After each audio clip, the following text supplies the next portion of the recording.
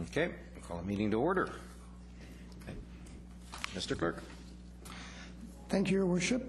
The first item this evening is the minutes of the regular council meeting held Monday, March 3rd. Recommendation to approve. So moved. Moved by Councillor O'Neill, second by Councillor Hodge. All in favor? Opposed? Carried unanimously. Item 2 is the minutes of the Sports Council meeting held on Wednesday, February 5th. Recommendation to receive. Moved by Councillor Asmundson, second by Councillor Hodge. All in favor? Opposed? Carried unanimously. Item of business arising out of that advisory committee's meeting concerns their 2014 work plan. The recommendations that council approve the Sport Council 2014 work plan. Moved by Councillor Sikora, second by Councillor Hodge, the Vice Chair and Chair. Any discussion? All in favor? Opposed? Carried. I don't think it's big enough, the work plan, but there'll be some things. Carried unanimously. Item 3 is the preliminary report on an application for zoning amendment bylaw 4469. This is for 520 Coma Lake Avenue. The staff recommendations that council give first reading to City of Coquitlam zoning amendment bylaw number 4469 and that bylaw 4469 be referred to public hearing. So moved. Moved by Councillor O'Neill, seconded by Councillor Asmundson. Councillor O'Neill. Yeah, I'm looking forward to moving ahead with this to public hearing. And I want to just thank staff for preparing such a full and detailed report. And I urge members of the public who have an interest in this to read this report carefully, because it goes through a lot of the pros and cons, and it will help people make their decision. Certainly it will help me make my decision, one of the many factors that would be going in when we ultimately decide on this rezoning application. So I found it to be a very useful, interesting report, laying out all the sorts of issues that we're going to be faced with deciding upon. Thank you. Thank you. Councillor Reid. Thank you. I just have a couple of short questions. One, regarding adaptable housing. Was there any discussion at all with the applicant on suites for, for the folks that need wheelchairs? I guess we'll call it adaptable housing. It could be. Through the chair, good evening, Mayor and Council. Mr. McIntyre. Thank you. No, I think the focus had been primarily around the YMCA component, the affordable family housing with that. Certainly, if there's an interest at council around an adaptable housing element, we've taken that direction from council before. We can go back and have that discussion with the applicant. And well, I would like to know because it's a transit-oriented development. There are probably a lot of folks with an aging population that will need wheelchair access or some kind of assistance in their living quarters. So I would like to know to what extent the developer is prepared to come in on that. And I would also like to know on the one question that the neighbors had, potential damage and construction complications, when the building of the parking lot is under the guidance of the developer's registered professional of record, do we ask the developer to carry bonding or insurance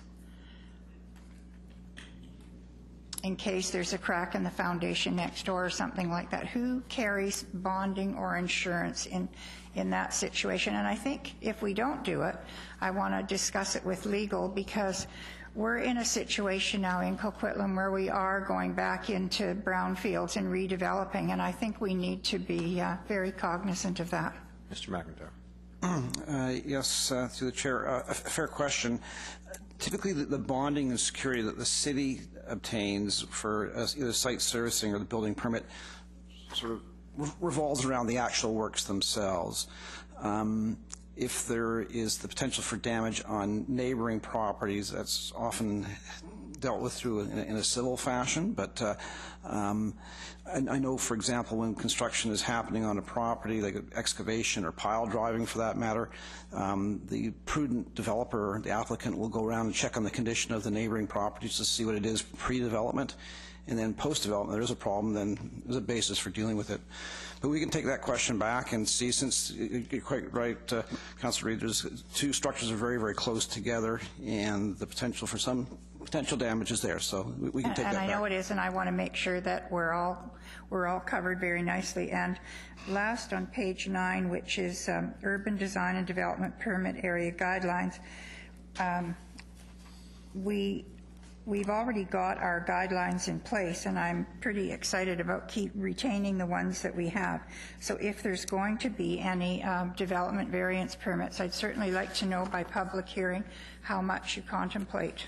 Thank you very much, and I look forward to moving this forward so we hear both sides of this issue. Thank you. Thank you. Councillor Sikora. Thank you very much, Mayor. The 528 Como Lake is the city property. That's where the YMCA is. YWCA. And actually, that could have been a much higher density in there, but it chose to build what they built, okay? Now, why would we at this time give up our density on a city-owned land to somebody else? What happens 60 years from now when the land, when the building and everything reverts back to Coquitlam for $1? The density's gone. We've given it up. So why would we be so eager to give up the density from the city land to somebody else's land? Mr. McIntyre. Your Worship, there is that ability to share or transfer density from one site to the next, contiguous sites. We do that in the city centre quite frequently. In fact, sometimes even between private properties. In this instance here, Councillor Sikora is correct. When the Y building was developed at 528 Como Lake, given the nature of the project that they are proposing, but also I think in part due to the configuration of the lot and access and parking ability, they came in with something under the RM6 zone that didn't fully utilize the zone, or the density. So there's that potential density that's been sitting there in limbo, if you will, and this proposal would be to purchase that density from the city. It's transferred onto the neighboring lot, so the city gets the value of that unutilized density. It's then rolled into this project to achieve a number of things, the least of which is also an additional component for the Y. Now, 50, 60 years out, when the city's lease on the Y site expires, it's quite a while from now, what the zoning and density would be at that time is would be speculation. It might be a much higher density than what we have right now. So that site could be revisited at that time based on the zoning and planning of the day. Could be a higher zoning done on it, you're saying? If you think back 60 years ago, what was there in those lands and compared to now and what might be there 60 years from now? Yeah. Well, I'll tell you, I'm looking forward to the public hearing here from the residents in the area, but that's one sticker that I have a great problem with. Because you know what, I don't think we should be giving up our density, our city, on the city's land, density to next door, or whatever it may be. I think that then what you're doing is, well, I'm not going to say what I was going to say, okay? Because probably wouldn't come across very well, but frankly, I'll tell you something, I detest that kind of things happening, okay? So anyways, I'm looking forward to hearing from the residents in the area and at the public hearing. Okay, thank you. Councillor Hodge. Yeah, there has been a lot of discussion out in the community about the project, so I'm looking forward to the public hearing, because that's the chance that everybody will get to have their say and ask the questions.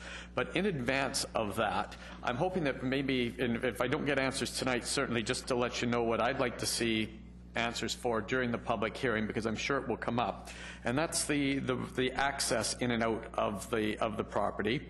On attachment 8, we see a dotted line coming out onto Clark, and I believe it sort of runs between a fitness center and a veterinarian clinic. I think that's what that is. It's hard to see from the aerial, but it's a very narrow road, but we show it as I'm presuming a 2-lane. So I'd like to sort of hear from planning more how they envision that working. and I know that there's a long-term plan and a short-term plan, but in the short term, which could be 6-7 years, maybe longer, how would that road function? I think in a long-term plan, it could be a 3-lane or even wider. So I'd like to sort of know how that's going to fit in, so if we could have that information for that meeting. And the other question is, when a project of this magnitude comes on, it does impact the entire community. And some will say it's going to be positive, some may think it's not so positive. But I'd like to see a little bit more of what the community looks like, a little bit more than just what's next door. I see a dotted line sort of going into the side of a building right now. I'd like to know maybe what the future vision is. Is that roadway going to continue through somewhere? What's sort of the plan for the neighborhood? What other development might we see? I know we don't have a perfect crystal ball, but what might go around it? So we're not making these decisions in isolation and thinking of this is part of an overall plan. This is just the first of, I'm sure, many developments to come forward in this area, and so it would be helpful to have that in the context. I see the dotted line. I referred to the road that's coming out. Will that just end there, or will that cross possibly into the other development? Will that be an actual intersection?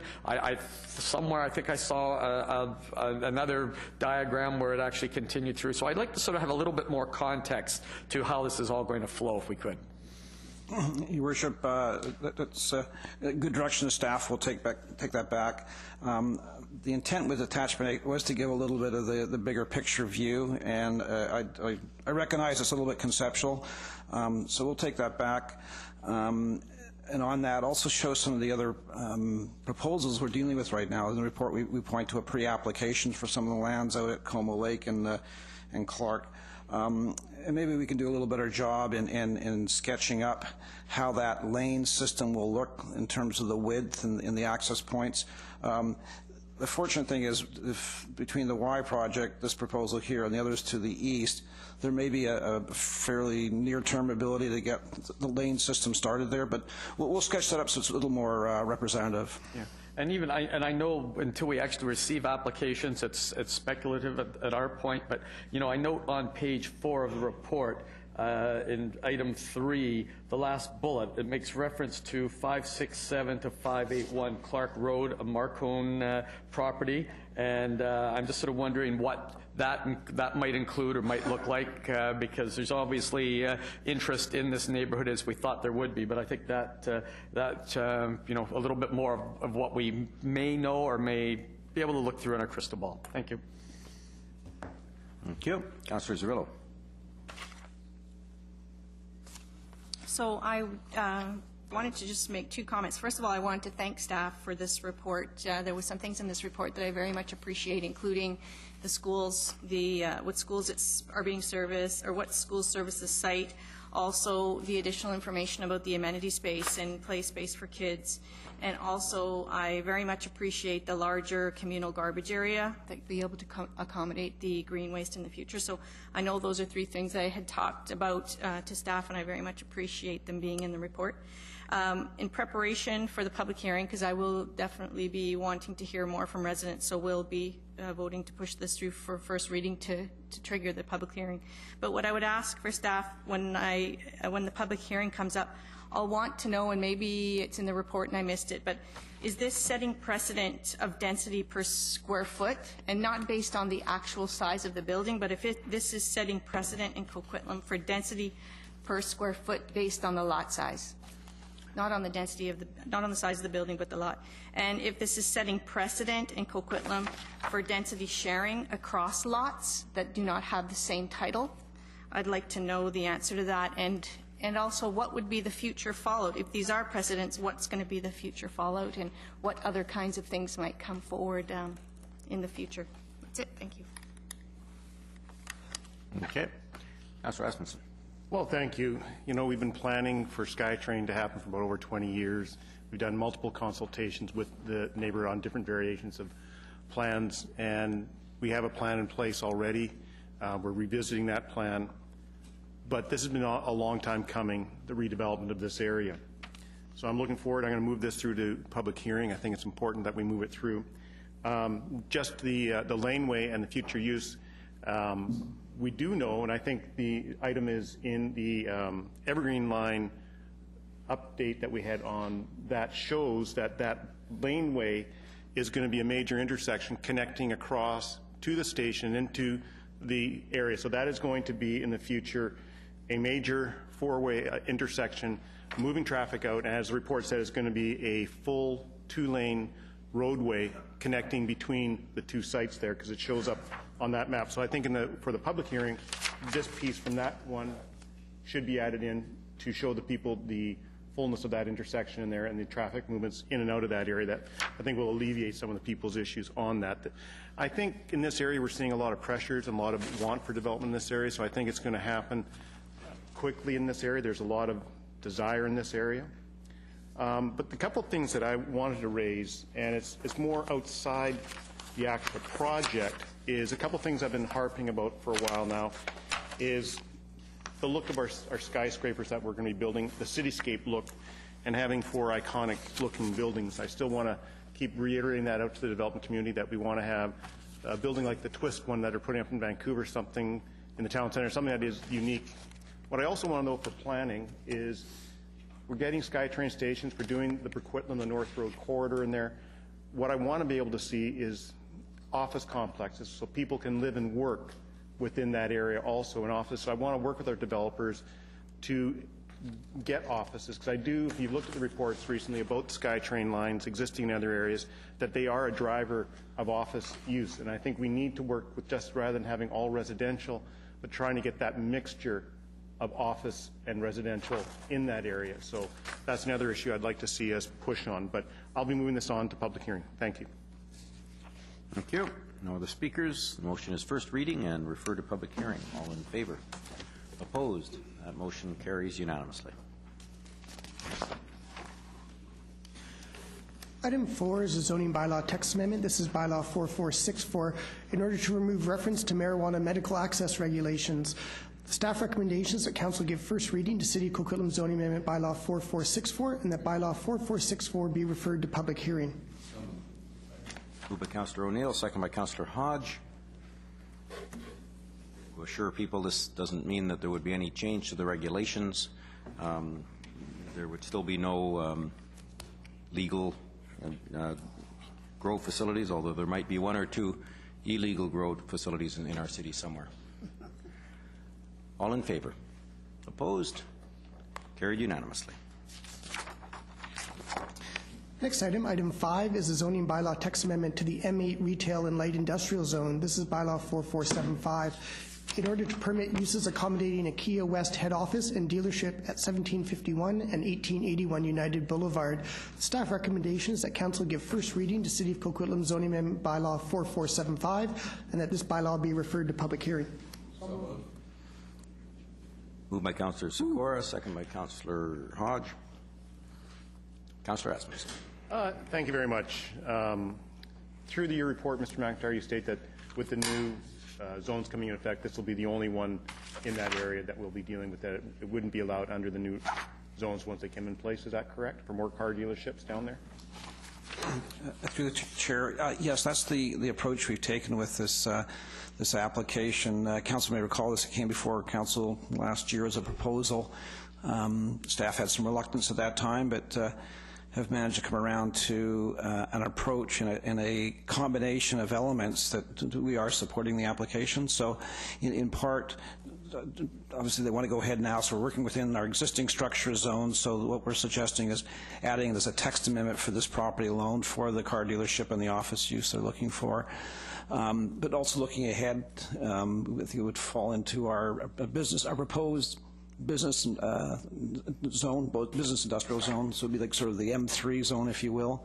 That's kind of what we're envisioning along that corridor along the north side of United Boulevard. So again, what's proposed would fit within that, particularly the office component, which we're really very, very encouraged to see that Kia West, or the Kia head office, is moving over to this site too. So no, altogether, it can be accommodated now. It can be accommodated within the upcoming industrial zone update.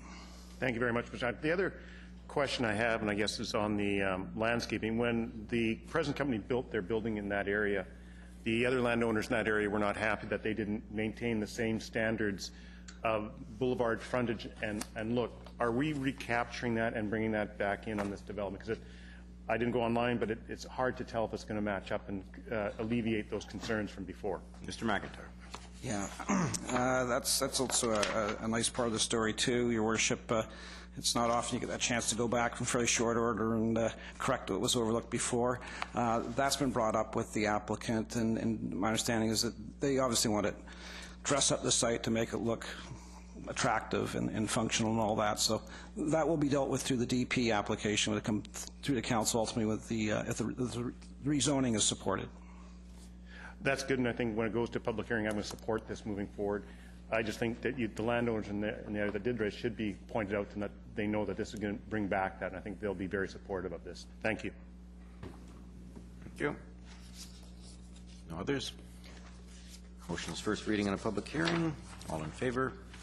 Opposed? Carried unanimously. Next item, item 6, is the proposed Maillardville Neighbourhood Plan. This is Bylaw 4465. The staff recommendations that Council give first reading to City of Coquitlam Citywide Official Community Plan Amendment Bylaw number 4465 to replace the existing Maillardville Neighbourhood Plan and related development permit area guidelines and design guidelines, and make related amendments to the Southwest Coquitlam area and Lowhig neighbourhood plans. 2, in accordance with the Local Government Act, consider this bylaw in conjunction with both the City of Coquitlam 5-year financial plan bylaw and the Regional Solid Waste Management Plan. 3, having given consideration to the requirements of Section 879 and the LGA, and having previously requested staff to consult with potentially affected agencies, direct staff to send copies of this bylaw to the School District 43 and the City of New Westminster prior to the public hearing, and finally refer bylaw 4465 to public hearing. Moved by Councillor Asmundson, seconded by Councillor Skora. Councillor Reid.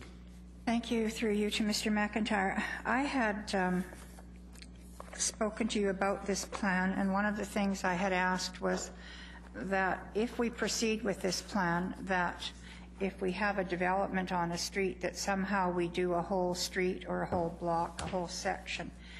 I've tried to read this. I'm not reading too well these days, but I don't see any reference to that in this plan. And to me, the plan, as it comes forward to public hearing, I mean, can be looked at in many different ways. But to me, the whole cachet of this particular neighborhood, because of its historic value, is only good if it is going to sort of develop as a street or more than one parcel at a time.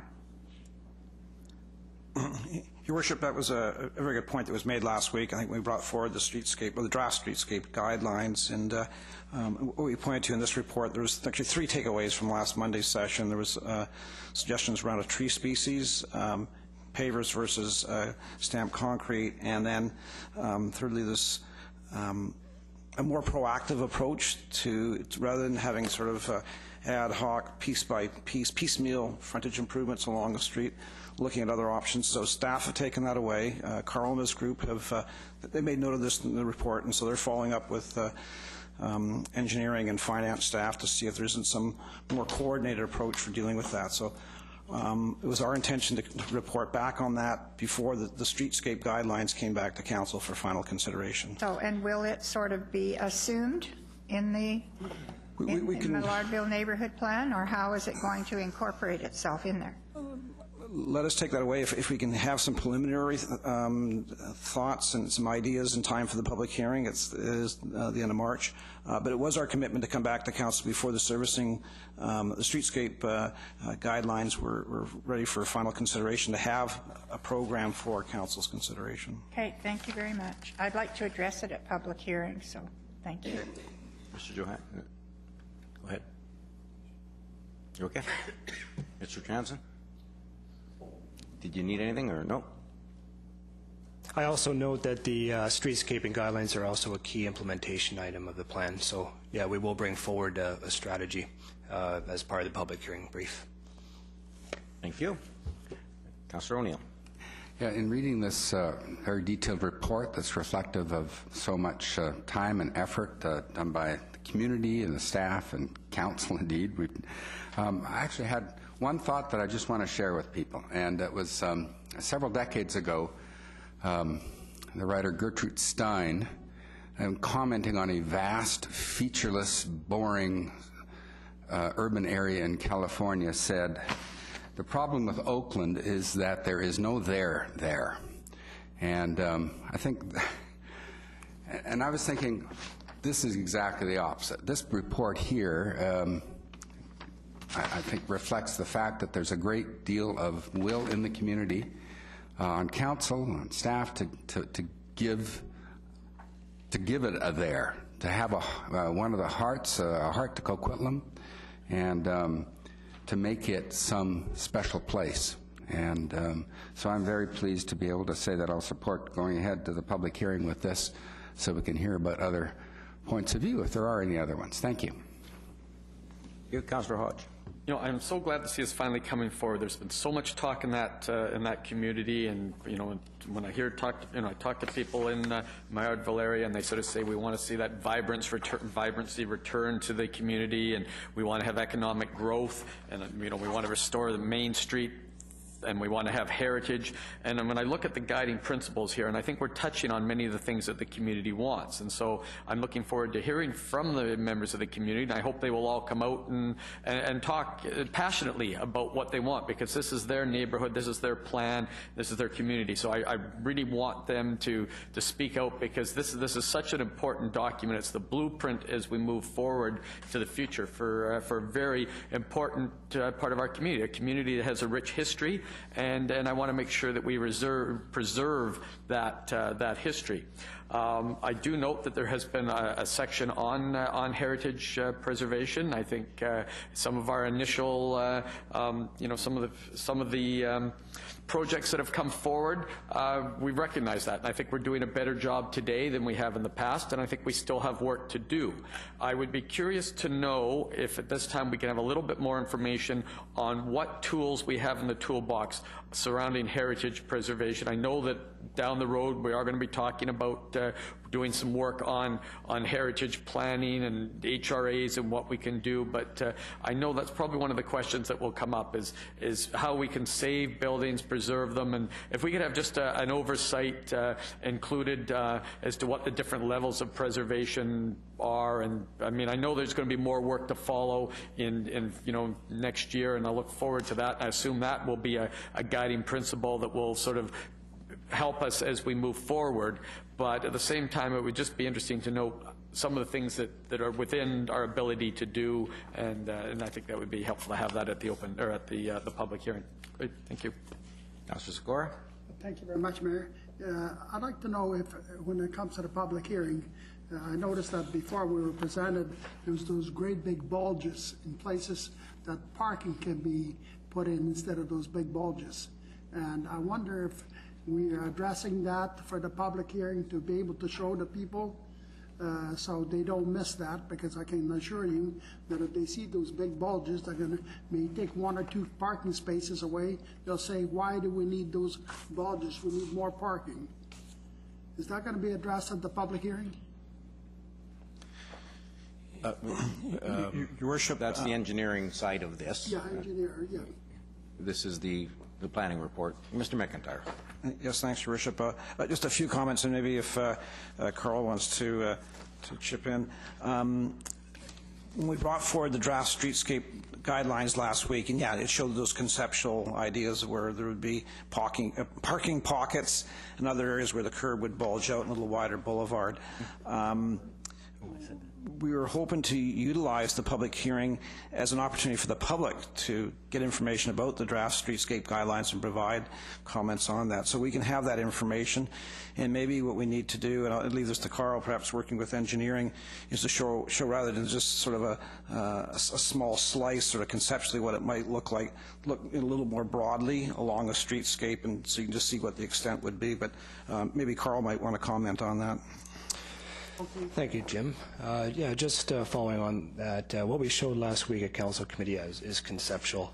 There are policies in the plan that do emphasize maximization of on-street parking, especially in the neighborhood center, again, to support retail. And Also to support, retail around plazas, we amended the plan to include that. So there is an emphasis on trying to maximize on-street parking. And we can show potential application of those bulges. Okay, thank you. Thank you.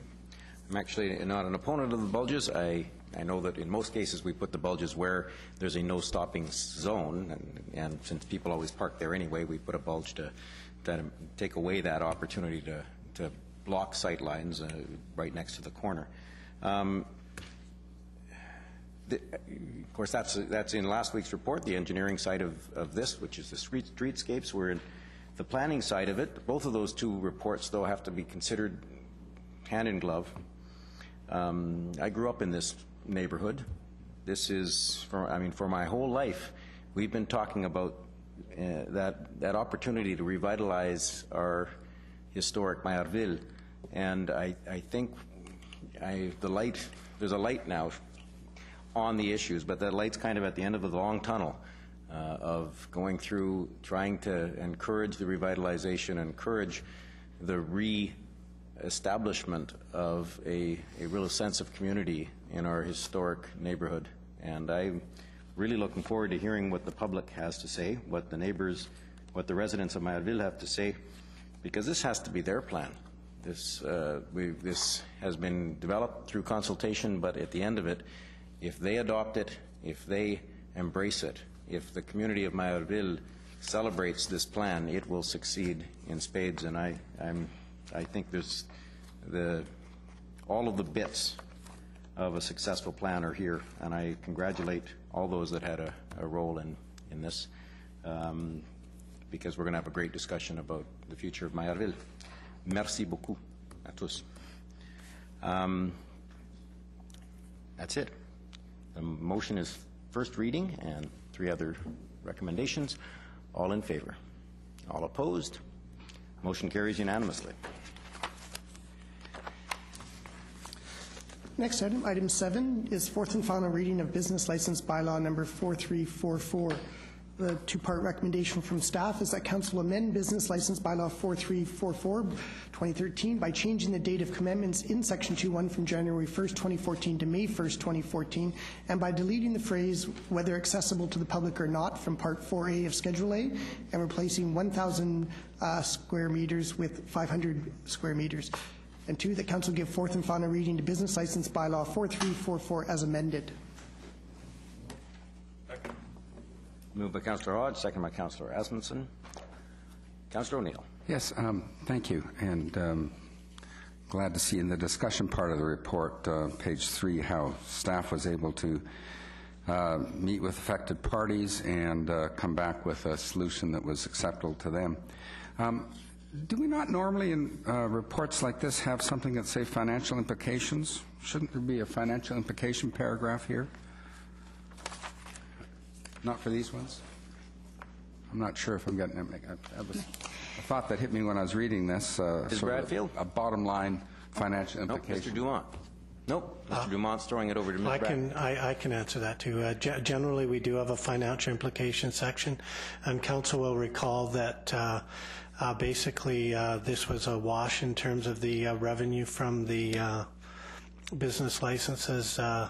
We've simplified the categories down from 70 to 8 to better serve our businesses, and although we haven't raised the fees since 2007, basically we were redoing the categories but not trying to increase the revenue we were collecting from the businesses. Good, and that was my recollection. I just think it needed to be said again, and you've said it now, that this is not a cash grab by City Hall, changing categories to bump people up into higher things. This is, as I recall, a revenue-neutral exercise, and it would be good to have that stated in the report, but it's now on the record, and I'm happy to support this. Thank you. Thank you. That's actually a very good point. Councillor Sikora. Yeah, thank you very much. I notice also under Parks, Recreation, and Entertainment on page 2 is that you have the bowling alleys and billiard halls, $65 per each table or each lane. And then you have the casino, as big as it is and everything else, that it's only $3,100 for a license fee for a casino. Am I reading it correct?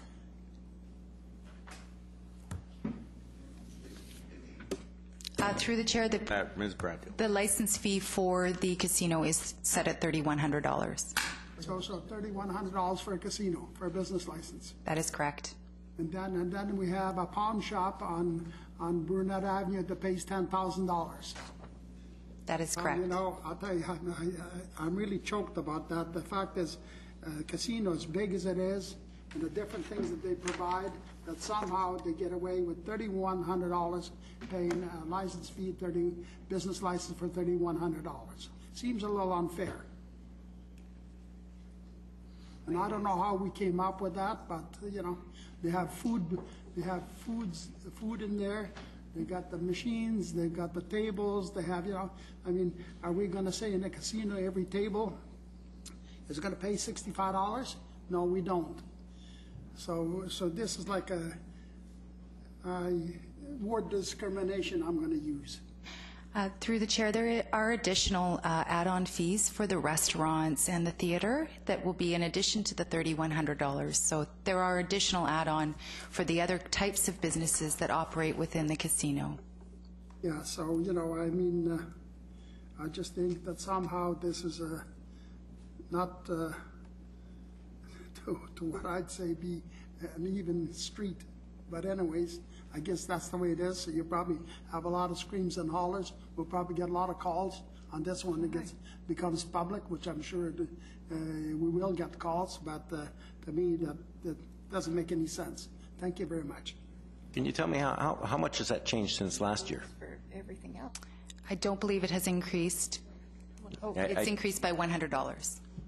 So it's $100 more than last year. Did we get lots of complaints last year? I don't recall. Okay. But we also, these are fees. These aren't taxes. We can't tax a casino. We can only charge the fee associated with the cost to the city of issuing a business license. And the cost of the city in this case is estimated to be $3,100 for the variety of services we provide. Is that the case? That is correct. Okay. And we couldn't charge more just because it's bigger. There are various ways of calculating the fees, but that is being said as what the city considers appropriate for that business. Thank you. Councillor Zerillo. I had just a quick question on golf courses. Is there, through the chair, is there also additional costs involved to golf courses just in regards to the pesticides and anything like that that comes into our water systems? Or because I just was wondering if there is other compensations for the city for the golf courses. And through the chair, there are no additional fees associated with golf courses. It's calculated on the cost again to the municipality, but we haven't considered pesticides as part of that calculation. Okay, just thought it was interesting that the golf courses, the license is only $420 with their impact on, you know, quite large. But yeah, but again, it's only calculated on the impact to the department that issues the license. Yes. And their cost, I guess, the cost we incur to issue a license for a golf course is probably not that much more than to issue a license for a restaurant or for any other. That's good. business. Just was wondering. Okay. Thank you. you. No, appreciate it. Anybody else? Okay. Motion is before us to amend the business license for all in favor. All opposed? Councillor Sikora is opposed. The motion carries.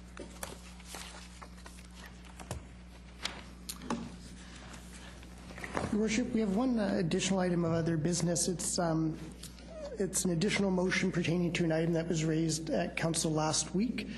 As Council will recall, item 8 was a zoning bylaw text amendment to the RM3 zone. This is bylaw 4467, and this bylaw is going forward to public hearing. The report noted that we would provide additional notification to two bodies. This was the Urban Development Institute and the current rezoning applicants in the area.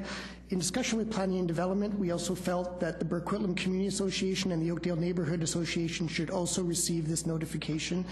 And our development procedures bylaw requires that if we are to do something in addition to the regular requirements, that we require a motion of council. So this is a follow-up motion from that meeting.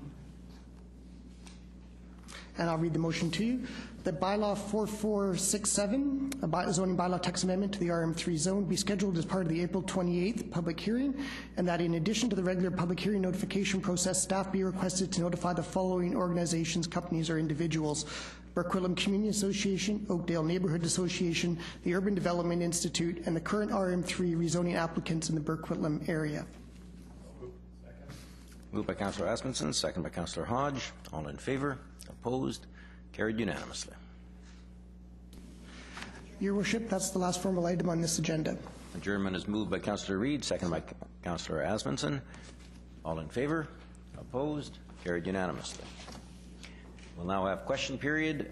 Is there any questions from tonight's audience on tonight's agenda? Is there any questions from the audience on tonight's agenda? We'll allow up to a 2-minute question, but please no preambles and no there's no speeches. We're trying to keep as many questions going. If there are other questions, we'd like to get to them as well. Your name and address for the record. Hello, I'm Rob Hopkins.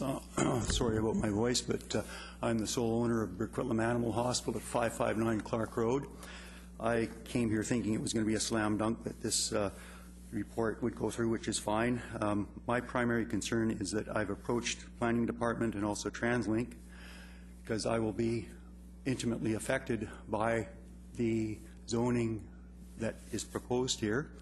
The lane that is being discussed, in 1966, 10 feet of the lane was donated by my former partner, Dave Cordes, when he wanted to develop the practice there. So they put in this one-way lane.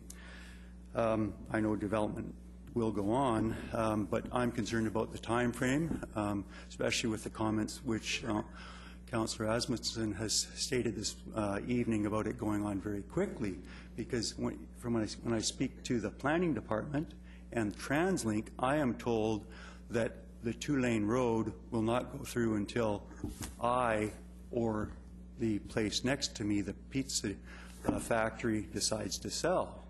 Now I'm hearing tonight from Councillor Asmundson that this is going to be happening rather quickly, and I'm just sitting here. I've got my staff of 17 asking me occasionally what's going on, and I'm reassuring them, saying, hey, I'm not going to retire anytime soon. I want to practice here, and for me to relocate my practice, it's a major economic venture and challenge. So I'm very concerned about what I'm hearing tonight. I understand the need for development and everything, but I think that as a stakeholder, either I'm being misled or somebody's being misled through this. And your question is specifically how quickly can we... Time frame for people wanting to turn this one-way lane into a 2-way street, because right now it only measures 6 meters, and that includes the sidewalk on my side of the street up to the BC Hydro gas line on the pizza factory's side. So there's not room for a 2-way In fact, even road. your meter is recessed into the building in order to accommodate the lane. Yeah. Mr. McIntyre.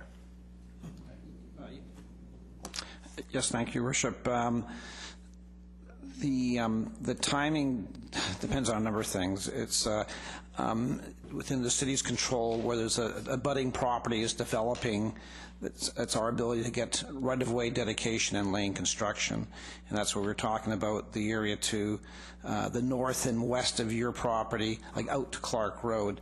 That could be attained in fairly short order, a couple of years, as development proceeds. This is the sort of information, though, we'll bring back to Council. There was the question from Council about this, so we'll show the lane segments and the expected timing.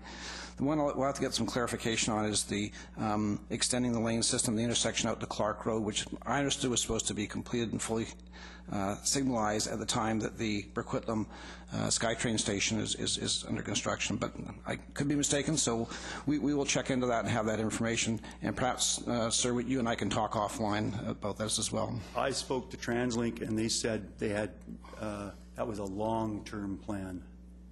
So somehow I'm being misled by somebody if you have other information. That's what's so frustrating as a business owner. I've been there 30 years. My partner started the practice in 1959. You know, I've got to survive the tax increases as well. You know, my taxes went up from $24,500 almost to $30,000 in 1 year. As a small business owner, That's challenging. You take $6,000 out of your pockets, each and every one of you. You know, there's a lot of stuff that's happening around the Coquitlam area there where small business owners are taking it on the chin. So I think everybody needs to be aware of that, and I just came here to say that I understand development has to happen, but I think we have to look at who it's affecting and how it's affecting, and some of us have been there a long time. Thank you. No, we actually have a team here in the city trying to make it so that we mitigate those impacts. They're called growing pains, though. They're not called growing excitement. There are challenges. I don't disagree. I'd also like to be part of the information coming out to me, Sure. which is I've tried to get, but sometimes it's not the easiest thing to achieve. Understood. Thank you very much. Thank you very much. Are there any other questions on tonight's agenda? Any other questions? Any other questions? Thank you so much for coming. Good night, everyone.